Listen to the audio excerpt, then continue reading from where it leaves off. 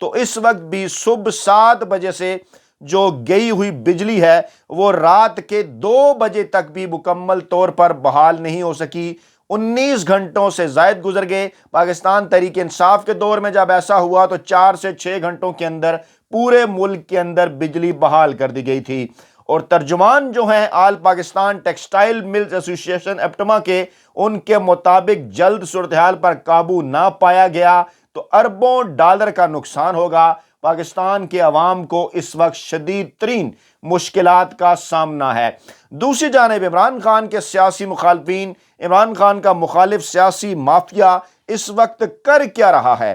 اس وقت جناب خواجہ سعد رفیق، جو کہ صرف اور صرف چند دن پہلے یہ فرمایا کرتے تھے جناب کہ وہ عمران خان کا مقابلہ کرنے کے لیے تیار ہیں، 50 دن پہلے فرمایا کرتے تھے کہ جناب ہم عمران خان کے خلاف الیکشن کے لیے تیار ہیں، انتخابات سے نہیں بھاگیں گے، خوش فہمی نکال دیں، نہیں رکاوٹیں کھڑے کریں گے، عمران کا جھوٹا بیانیہ باقی رہے گا، نہ نام نہاد دیانت کا افسانہ اور نہ ہی پہلے جیسے سہولت کار، الیکشن ہوا تو خم ٹھونک کر مقابلہ کریں گے۔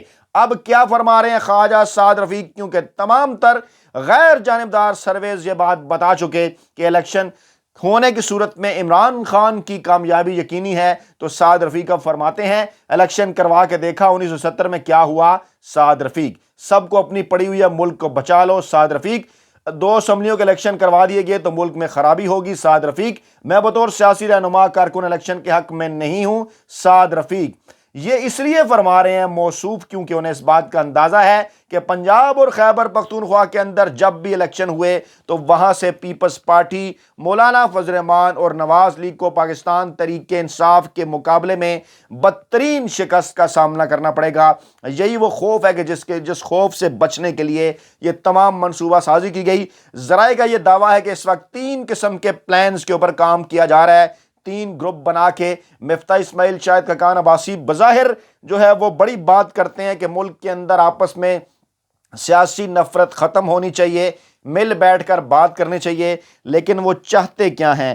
چاہتے صرف اور صرف وہ یہ ہیں کہ اس قسم کی باتیں کر کے یہ تاثر جناب پیدا کرنے کی کوشش کریں کہ وہ ملک کے اندر کوئی سیاسی ڈائلاگ کو فروغ دینا چاہتے ہیں اور اس کے ذریعے اسٹیبلشمنٹ کو رام کریں اور معاملات کو آگے لے جائیں۔ دوسری جانب ایک اور گروہ مریم اورنگزیب، رانا ثناء اللہ، جاوید لطیف اور ان جیسے جو لوگ ہیں ان کی سربراہی میں کام کر رہا ہے، جو کہ اس ملک کے اندر سابق army chief general Qamar Javed Bajwa, سابق چیف جسٹس صاحبان ثاقب نثار اور جسٹس کھوسا اور جنرل فیض حمید، ان کے حوالے سے ان کے اوپر تنقید کرے گا اور کہے گا کہ ساری خرابی کے یہ ذمہ دار ہیں، یعنی کہ اسٹیبلشمنٹ کے اوپر دباؤ بڑھانے کی کوشش کرے گا۔ اور جو ایک تیسرا گروپ ہے وہ شہباز شریف کی قیادت میں، اس کی کوشش یہ ہوگی کہ اسٹیبلشمنٹ کو رام کیا جائے، ان کے ساتھ جو ہے وہ چلنے کی کوشش کی جائے، تسلی دلاسا انہیں دیا جائے۔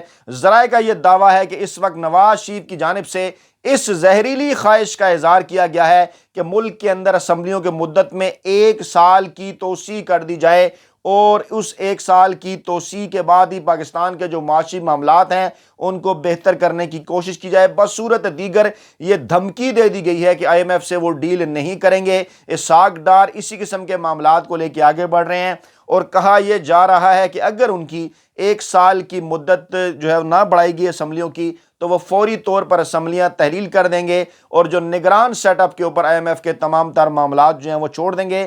دوسری طرف شہباز شریف ایک اور لائن اختیار کر رہے ہیں، یعنی ایک مرتبہ پھر گڈ کاپ بیڈ کاپ جو ان کی پالیسی ہے، ایک بھائی گردن پکڑتا ہے دوسرا بھائی پاؤں پکڑتا ہے، اس طرح سے اسٹیبلشمنٹ کے ساتھ ایک بار پھر یہ ڈیل کر رہے ہیں۔ لیکن اسٹیبلشمنٹ کو کیونکہ اچھی طرح سے پاکستان کی 75 سالہ سیاسی تاریخ میں پاکستانی اسٹیبلشمنٹ عدلیہ، جس کا ہمیشہ پاکستان میں حکومتیں بنانے اور گرانے میں کردار رہا، وہ یہ بات سمجھ چکے تھے اچھے طریقے سے کہ عمران خان نے سیاسی مافیا کو شکست دے دی، تو پھر اس سیاسی مافیا کی شکست کے بعد عمران خان کا مقابلہ ہوگا اداروں کے اندر موجود اس شریفی زرداری سرمایہ کاری کے ساتھ جو کہ گزشتہ 20 25 30 برسوں سے پاکستان کی جڑیں کھوکھلی کر رہی ہے۔ اور زرداری سرمایہ کاری کو اگر سائڈ پر رکھا جائے تو بھٹو اور شریفی سرمایہ کاری جو کہ گزشتہ 50 برسوں سے پاکستانی ریاست کی جڑیں کھوکھلی کر رہے ہیں، اس کے بعد ان کا مقابلہ ہونا تھا عمران خان سے۔ سیاسی مافیا کی شکست کے بعد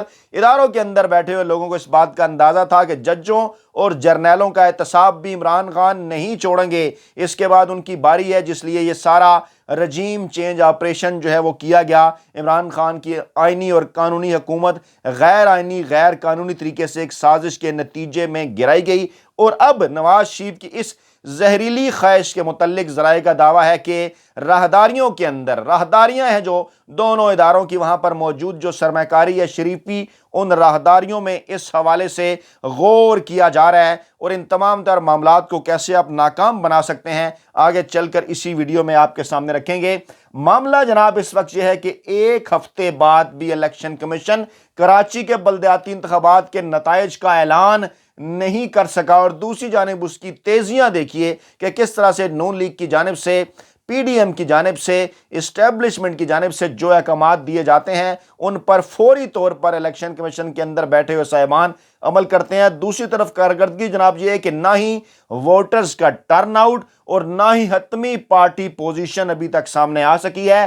15 جنوری کو یہ کراچی کے 25 ٹاؤنز کی 236 یوسیز کے اندر الیکشن ہوئے، اور آج جناب تاریخ آ گئی 24 جنوری، یعنی کہ تقریباً 9 دن گزر گئے، لیکن ابھی تک نتائج سامنے نہیں آ سکے۔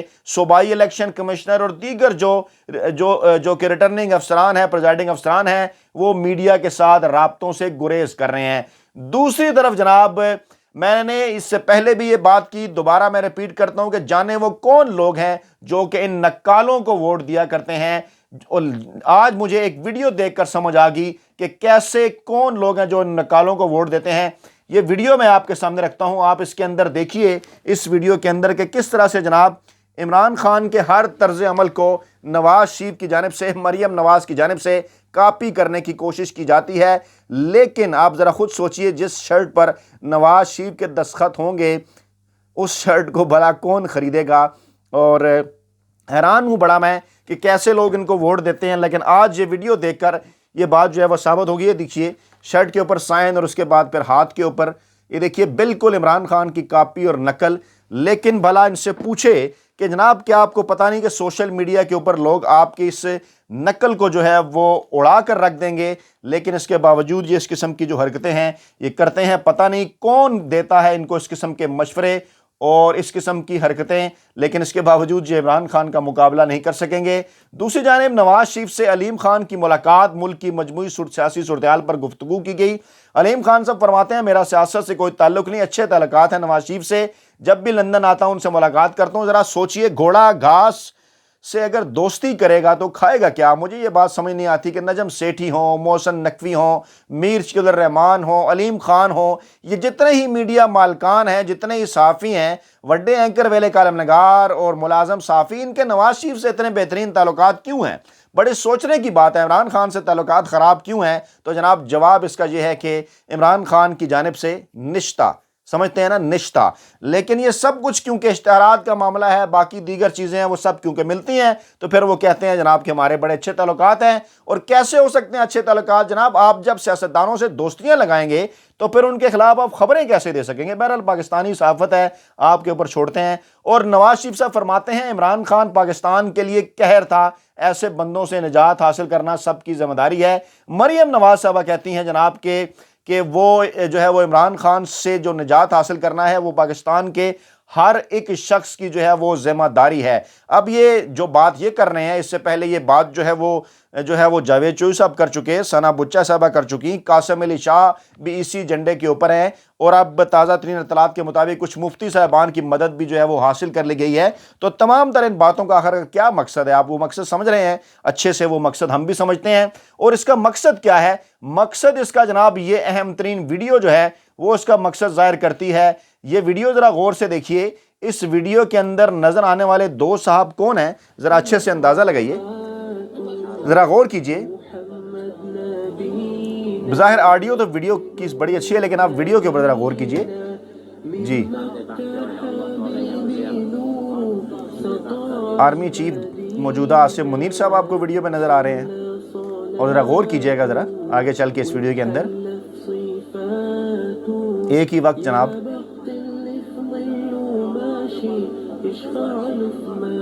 جی جی دیکھیے ذرا غور سے.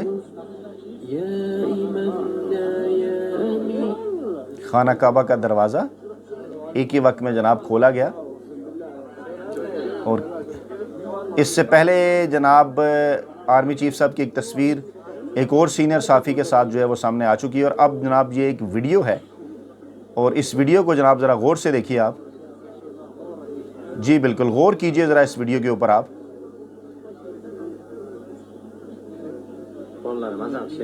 جی نظر آ رہا ہوگا ابھی آپ کو، یہ چہرے سے ماسک بھی اترے گا. یہ محسن نقوی صاحب چہرے سے انہوں نے ماسک اتارا آپ کے سامنے، اور اس سے پہلے جناب عاصم منیر صاحب موجودہ آرمی چیف. یہ ویڈیو اس وقت سوشل میڈیا کے اوپر بڑی تیزی کے ساتھ جو ہے وہ وائرل ہو رہی ہے، اور آرمی چیف صاحب اور محسن نقوی صاحب اس ایک ویڈیو کے اندر کیسے اور کیوں اکٹھے ہیں؟ سوال جناب میں آپ کے اوپر چھوڑے جا رہا ہوں، اس کا جواب دیجئے مجھے کمنٹ باکس کے اندر. آپ یقیناً بڑے سمجھدار ہیں، آپ بتا سکتے ہیں کہ اس ایک ویڈیو کے اندر جو کہ مبینہ طور پہ یہ کہا جا رہا ہے کہ 8 جنوری کے آس پاس کی ہے، جنوری کے پہلے ہفتے کی ہے، اور اس کے بعد پھر محسن نقوی صاحب جو ہیں وہ وزیر اعلیٰ پنجاب بھی بن جاتے ہیں. تو جناب یہ ہیں وہ تمام تر معاملات، تازہ ترین خبریں جو ہم نے اس ویڈیو میں آپ کے سامنے رکھی ہیں. اپنا بہت خیال رکھیے گا، دعاؤں میں یاد رکھیے گا. نئی ویڈیو کے ساتھ جلد حاضر ہوں گے. اللہ نگہبان.